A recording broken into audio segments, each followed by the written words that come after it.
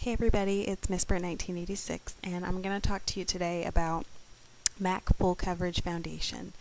I was very excited to try this product because I'm a C40 in MAC, and I believe they only make the two products that I own currently in that shade. In my previous videos, I talk about how NC42 and NC40 are a nightmare on my skin, personally. I had to get this product you can only get from MacPro.com or from a Mac Pro store. I mean, I shouldn't say that you can only. What they don't tell you is that you can call a telephone number. I believe they're based out of Canada, and you can get this product. The shipping is about $7, but it's FedEx, and it gets there in like 2 days. FedEx is always more expensive, but it gets there so quickly, and I love that. This is what it looks like. A lot of people gripe about how it doesn't have a mirror. This is full coverage foundation, so I think if you had a mirror in here, you would be more prone to over apply it. And this is not really the type of makeup that you're going to be sitting there caking it on, you know. I can't do with this foundation that I can with my Studio Fix powder. Like, I can sit in the mirror and I can touch this up throughout the day, you know. I can put a lot on if I want to, or just dust it on light. But this, you need a very delicate hand with this.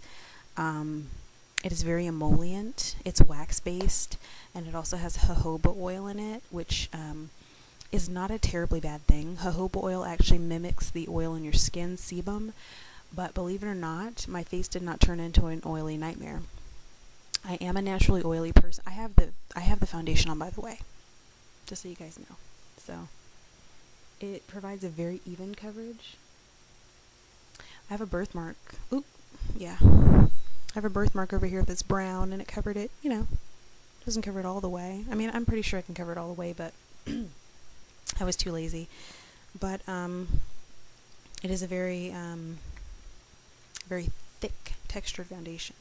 And I'm just going to do like a little swipe on my finger so you can see. This is just me kind of running my finger over the pan, over the pan, and look how pigmented that is. It looks like paint, right? So you really have to blend this foundation out. You got to blend with this. This is not the type of foundation that you want to just paint on your face. Unless you're on a photo shoot or something like that, I really wouldn't recommend it.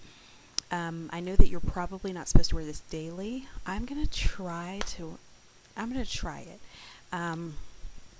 A lot of videos talk about using this foundation with a damp sponge, and putting it on your. I don't even know how to use a sponge with my foundation, honestly, because sponges are so gross and they just have so much bacteria, to me personally. So I don't use sponges anymore. I think that's really like 1970 or 80. Personally, that's just my opinion. So what I used was this. I believe it's called a stippling brush. Stippling brush. Sorry, my nose was itching. I literally, and this kind of left some fibers in my foundation, so I don't know if I'll do this again. I didn't warm it with my hand. It's not as bad as people say. Like, they act like it's just hard as a rock and you have to warm it up with your hand, and it's just so, you just can't do anything with it. No, you can. I literally dug my brush in here and then blended it, and I blended it in like crazy. When I thought I had blended it, I kept blending, because I didn't want to look like I had a mask on. Now, I did it out in the sun. Like, I did it in my car because I wanted to, make sure that I didn't end up looking like I had a mask on, because I know that if you're in your bathroom or in your room, not a lot of sunlight in, you tend to over apply. So I made sure that I was outside so I didn't look like a nightmare on Elm Street, and it turned out really well. I love the effect that it gave. I felt like they said it makes your skin look opaque. I made sure that I put some blush on. I really do not recommend that you put this on and not put any blush or anything else on. you're just going to look really weird. Unless you're taking pictures or something. You know, I don't think that you could just wear this to work and just coat it all over your face. You know, it's going to be very, very obvious that you're wearing makeup. Another way that I guess you could apply it is with a foundation brush. I will graduate to the foundation brush. You know, once I master this foundation, this was actually my first day wearing it. And I'm very proud of myself because I did good with the application. Like I said, I just swirled my brush in there and just buffed it. And you really don't need a lot of the product. It uses very little. I imagine that this can be used forever. This also doubles as a concealer. I do not put this under my eye because I use a warmer shade under my eye. I use my, what is it called? Oh my gosh. Hold on a minute while I dig through my makeup bag.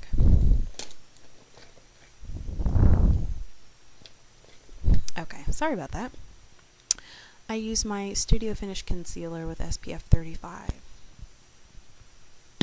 Oh, that reminds me, this does not have sunblock in it. No. This is really good for pictures. Like if you want to go take pictures and you want your skin to look perfect, I mean, it covers up acne fairly well.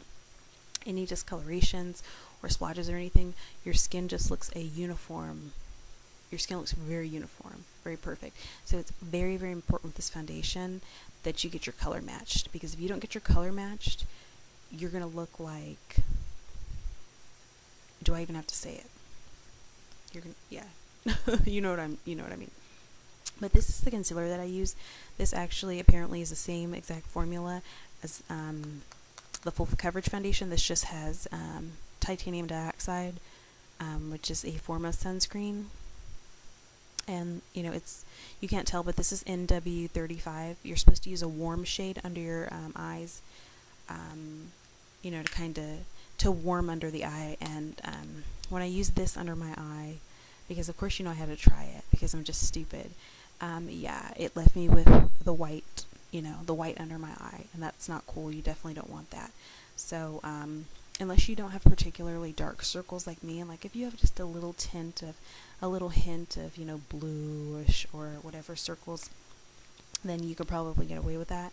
But if you do have dark, like brownish circles like me, then you will probably want to use a warmer concealer. A lot of people buy this just as a concealer because it's so heavy. A lot of people will say, well, this is not for every day, you can't do it.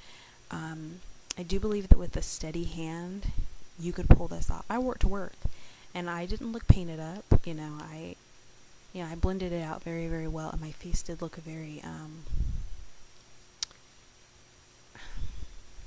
with other liquid foundations, you still may see some flaws and imperfections shine through a little bit, like some dark spots may still kind of be visible, but with it, the only thing that's really visible is my birthmark. It's really only, and that, as you can see, it kind of is very light. That birthmark is like brown, no lie. I guess that's all that I can say about this. I was so happy when the FedEx guy girl knocked on the door and dropped this off. I couldn't wait to put it on, and I was like, oh gosh, I'm rushing, trying to get excited. I'm going to look so tore up, like I'm going to have to scrape this off my face, but it ended up very well. Now, we'll get into what happened throughout the day. Now, this foundation is also supposed to transfer very easily, as in you go like this, or you kind of give somebody a hug, it's coming off on their shirt or jacket or whatever. So, how I applied mine, of course, as I said, was with this. I did have moisturizer on underneath, and the reason why I didn't use the damp sponge or damp foundation brush method is because I don't want my SPF, my moisturizer coming off, because that's just, I don't roll like that. I don't not wear sunscreen.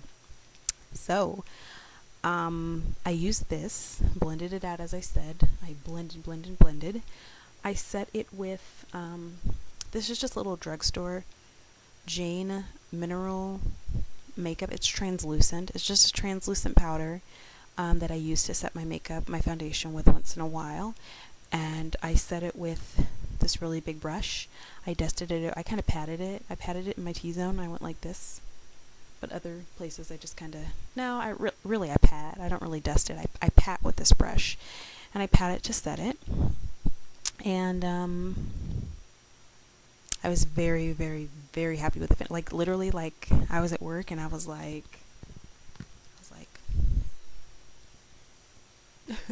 I was like checking out my neck. Like, does my neck match? Like, I was obsessed with it. Like, I wanted to make sure that I didn't look, that it wasn't too much. I was very nervous. But I did notice, I tested it, and I was testing it. I went like this, and it did come off. Some of it did come off.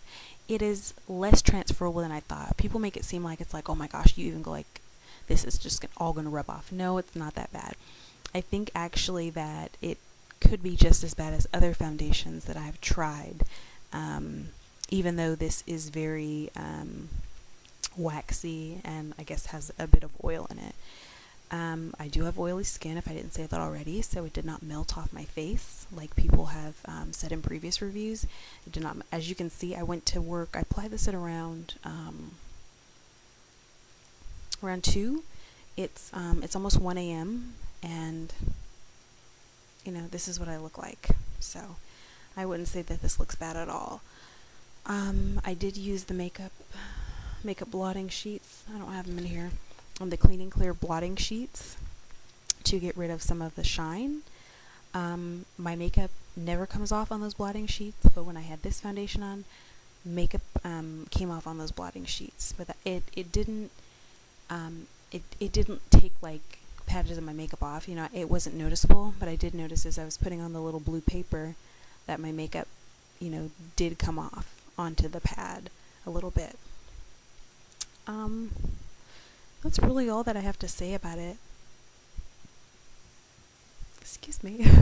That's really all that I have to say about it. I really did like it. I'm very excited to try it again tomorrow and try it with different brushes. Maybe try the wet sponge thing and just see how it turns out. I also want to see if it breaks out my skin. I don't have trouble with MAC foundations, so I don't believe that it will break my skin out any more than my skin would normally break out. But I will definitely keep you posted. And I guess that's all I really have to say. Thank you guys very much for watching. I appreciate your support, and you guys have a wonderful weekend.